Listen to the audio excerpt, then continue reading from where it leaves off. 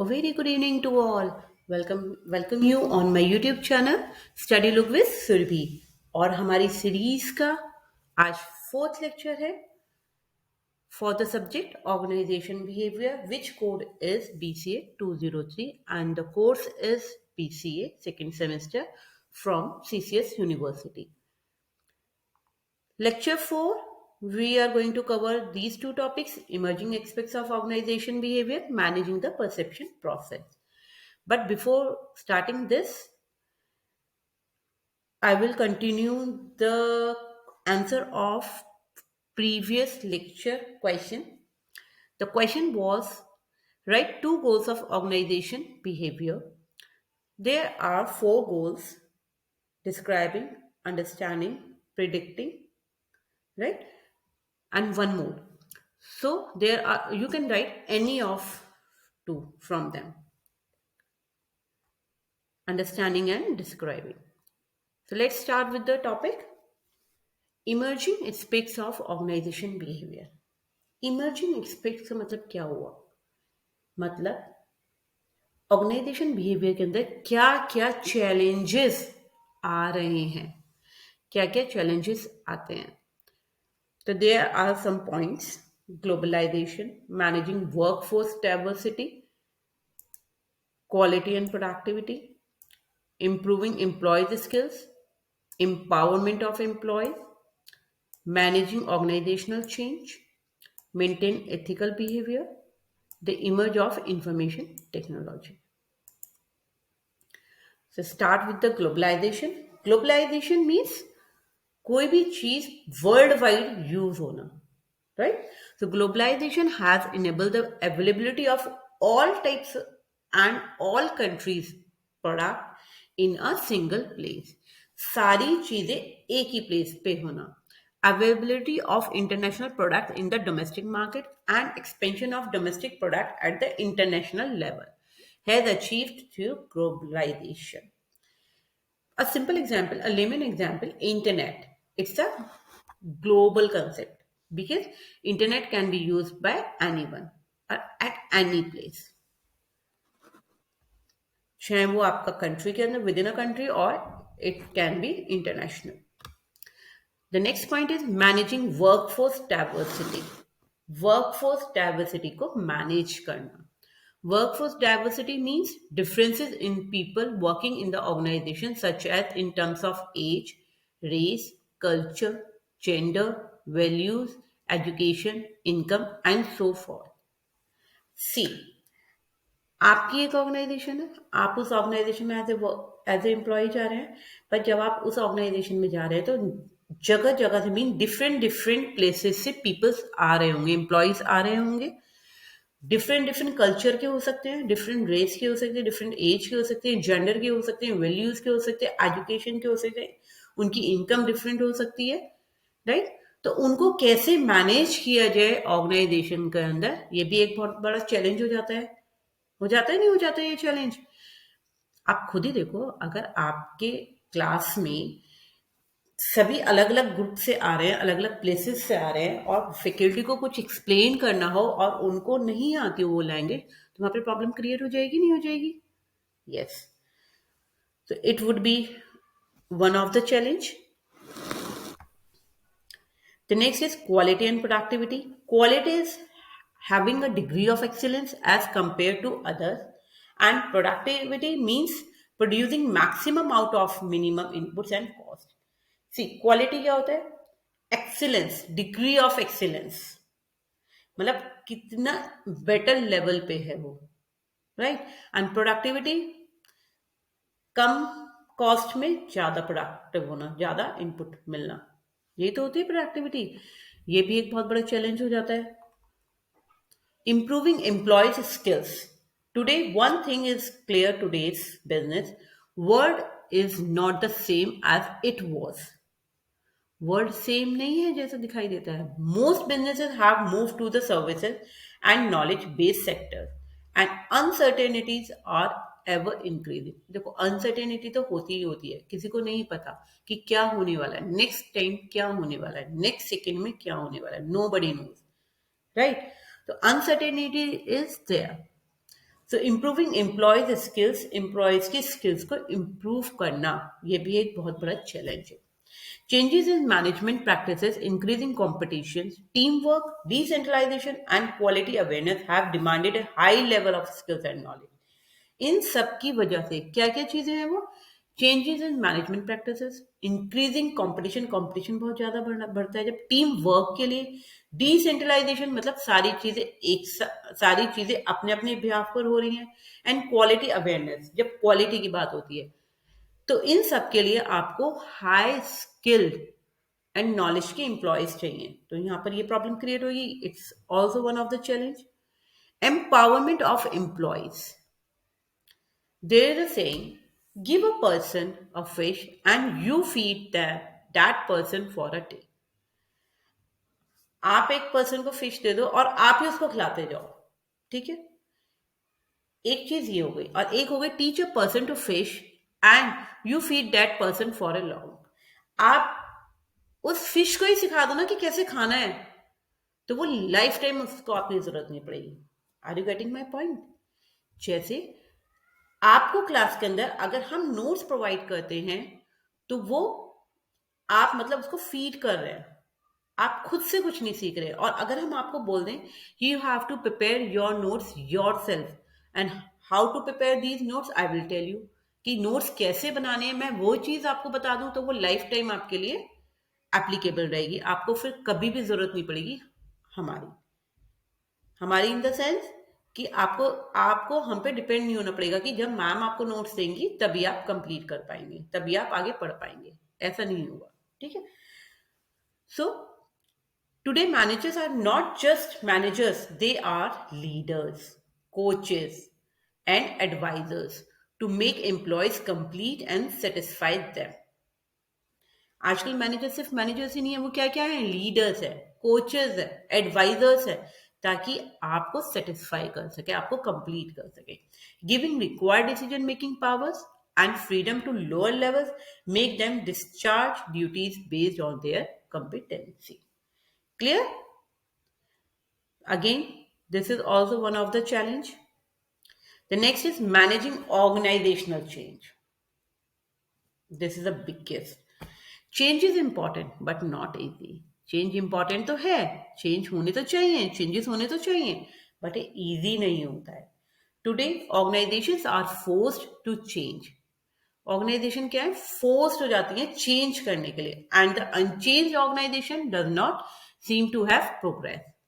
Due to rapid change in environmental variables, organization needs to assume change in structure, change in culture, reorganization departments, underperforming units, and so on.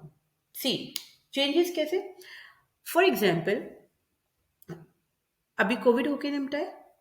Covid के time पे जब starting में classes चल रही थी, तो वहां पे कोविड के हिसाब से क्या बोल रहा था, ऑर्गेनाइजेशन के लिए क्या चेंज हो रहा था, यानी कि college is also kind of organisation.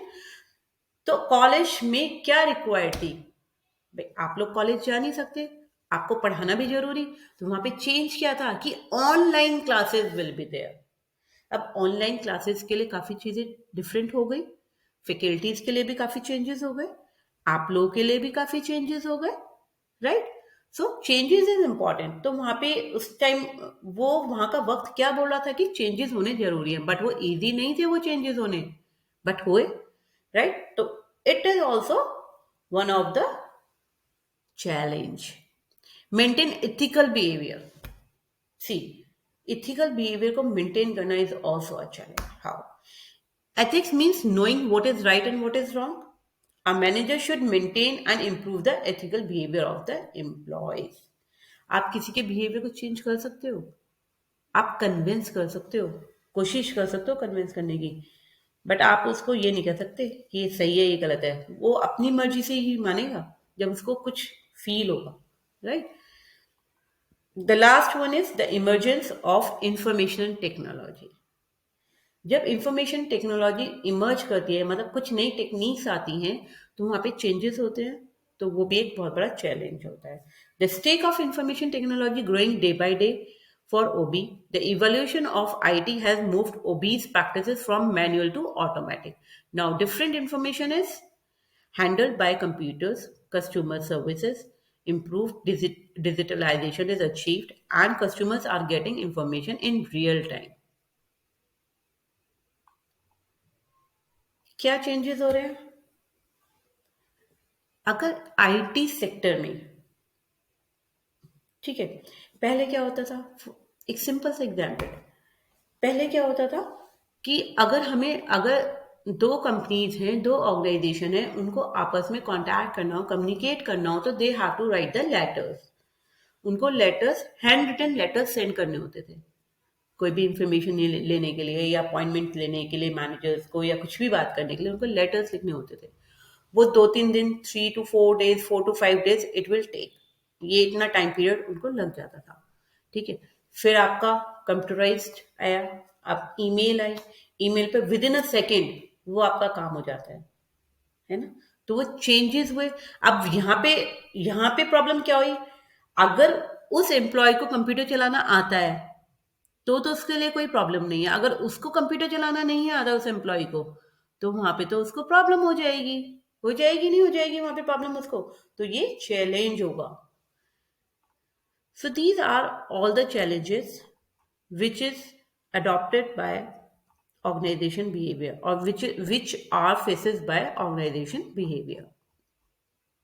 Challenges are clear?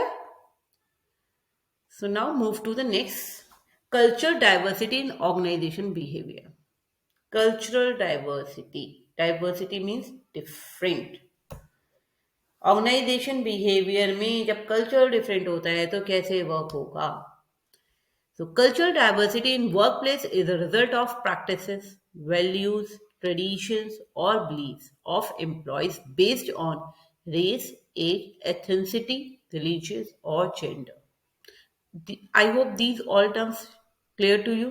If you don't know any term, तो please write on the comment box. आप कमेंट बॉक्स में लिख दीजिएगा, मैं उसको एक्सप्लेन कर दूंगी, मैं आपको आंसर कर दूंगी।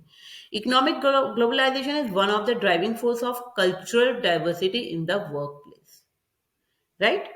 इकोनॉमिक ग्लोबलाइजेशन जो है वो कल्चरल डाइवर्सिटी के लिए फोर्स का काम करता है। कल्चरल डाइवर्सिटी कैसे हो सकती है? आप देख सकते हैं स्क्रीन पर, you can easily watch on my screen. People, conservation, humanity, heritage, ecosystem, cultural decay, dress, globalisation, social, ethnicity, language, traditions, community, racial, इन सब की वजह से कल्चरल डाइवर्सिटी हो सकती है, होती ही है। So culture in organization behavior tends to apply to different areas, the culture of the staff and the culture of the workplace. देखो, culture of the staff can be different and culture of the workplace can be different. अब जब उन दोनों को एक साथ कैसे work कराया जाए? One does influence the other and both can be forces of change and momentum for the business. For many years, culture did not hold the same value in the workplace that it does today. Experts who were reaching organization behavior in the 1980s began to notice that the cultural backgrounds of the employees often impacted the culture of their work environment with successful outcomes. See, everything has two ways. ठीक है, हर एक सिक्के के दो पहलू होते हैं, positive भी हो सकते हैं, नेगेटिव भी हो सकता है, राइट। अगर डिफरेंट कल्चर से एम्प्लॉयज आते हैं, वो हमारे लिए बेनिफिशियल भी हो सकते हैं ऑर्गेनाइजेशन के लिए, और वो नॉन बेनिफिशियल भी हो सकते हैं। कुछ पॉइंट्स वो ऐसे बताएंगे, कुछ आइडियाज वो ऐसे देंगे जो ऑर्गेनाइजेशन के लिए बेनिफिशियल होंगे, right. Did you understand? Okay, so what is diversity? Diversity is a word that gets tossed around in society without any real explanation as to what it is and what it can do for an environment. In short, diversity is defined as the different traits and backgrounds of people present in a group. मतलब अलग अलग जगह के लोग, अलग अलग तरीके के लोग एक साथ जब ग्रुप में होते हैं, that is diversity. See, you can take an example of India. यहाँ पे अलग अलग जगह से लोग रहते हैं, नहीं रहते? कोई कोई वेस्ट बंगाल में रहता है, कोई तमिलनाडु में रहता है, कोई राजस्थान में रहता है, कोई उत्तर प्रदेश में रहता है, कोई कश्मीर में रहता है, जम्मू एंड कश्मीर में, तो आप देखेंगे हर स्टेट की अपने अपने कुछ कैरेक्टरिस्टिक्स है। मतलब उनकी अपनी लैंग्वेज है, अपना फूड ईटिंग सिस्टम है, अपना ड्रेसिंग सेंस है, सबके डिफरेंट डिफरेंट हैं।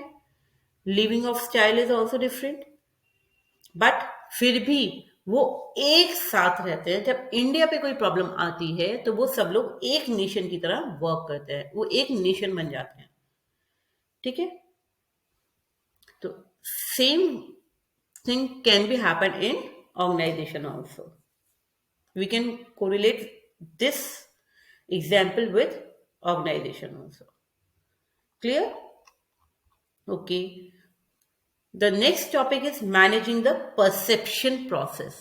Perception मैंने आपको first I think second lecture में बताया है, जहां पे स्कोप की बात की गई थी। परसेप्शन, थिंकिंग पावर, सोचने का नजरिया, उस प्रोसेस को कैसे मैनेज किया जाए, that is managing the perception process. Perception आपको समझ में आ ही रहा होगा, मैंने आपको पहले भी एग्जाम्पल कोट किया था। एक ग्लास है, हाफ फिल्ड है वाटर से और हाफ एम्प्टी है वो ग्लास। ठीक है, दो बंदों का नजरिया अलग होगा उनको सोचने का। ठीक, so the first point is high level of self awareness. As already made clear, individuals needs, experiences and expectation will all affect the perception। Individual की क्या क्या चीजें अफेक्ट करेगी परसेप्शन के according? Needs, experience and expectations. So they, so this point can be used as managing the perception process. High level of self-awareness. Second, seek information from various sources for decision. The successful manager minimizes the bias of personal perception by seeking out the viewpoint of others. The third one is empathy. As it's understood, different people looks at the same situation differently. एक situation को different peoples अपने अपने तरीके से देखेंगे उस situation को, right. The successful manager rise above the personal impression and tries to understand problems at felt by the other people. ठीक, आप ऑर्गेनाइजेशन के अंदर हैं, आप एज ए एम्प्लॉय वर्क कर रहे हैं, आपकी कोई प्रॉब्लम है, आपके 3-4 फ्रेंड्स हैं, 3-4 कलीग्स हैं, वो आपकी प्रॉब्लम को अलग अलग नजरिए से देखेंगे। Influence of perception on other people. People can act according to their own perception. If felt necessary, the successful manager influences the perceptions of others in such a way that the work events are interpreted as accurately as possible and to the advantage of all concerned. Means influence of perception on other people. आप अपनी सोच को दूसरों के ऊपर influence कर सकते हो, मतलब उनको कन्विंस कर सकते हो। वो आपको तरीका आना चाहिए कन्विंस करने के लिए। कन्विंस क्या है? अगर आप सही बात कह रहे हैं और प्रॉपर तरीके से कह रहे हैं तो कन्विंस हो भी जाते हैं पीपल, ऐसी बात नहीं है। Avoid common perceptual distortions. Perceptual distortion includes the use of stereotypes and halo effect. Stereotype bias होना, मतलब girl and boys difference show करना गर्ल्स एंड बॉयज में, as well as selective perception and projection. Successful managers are self-disciplined and sufficiently aware that the adverse impact of these distortion is minimized. You can avoid this stop with this point. So there are some points which can manage the perception process. The first one is high level of self awareness. The second one, seek information from various sources for decisions. Third one was empathy. Fourth one was influence of perception on other people. So that's all about this lecture. In this way, your first unit is completed. If you have any query, any problem, और कोई भी चीज़ आपको clear नहीं हो रही, just right in the comment box. I will definitely give the reply. You can join my channel Study Look with Sulpi at the rate of Study Look. Please, please, please do like, subscribe, and share my channel. Don't forget to press bell icon because bell icon gives you the notification of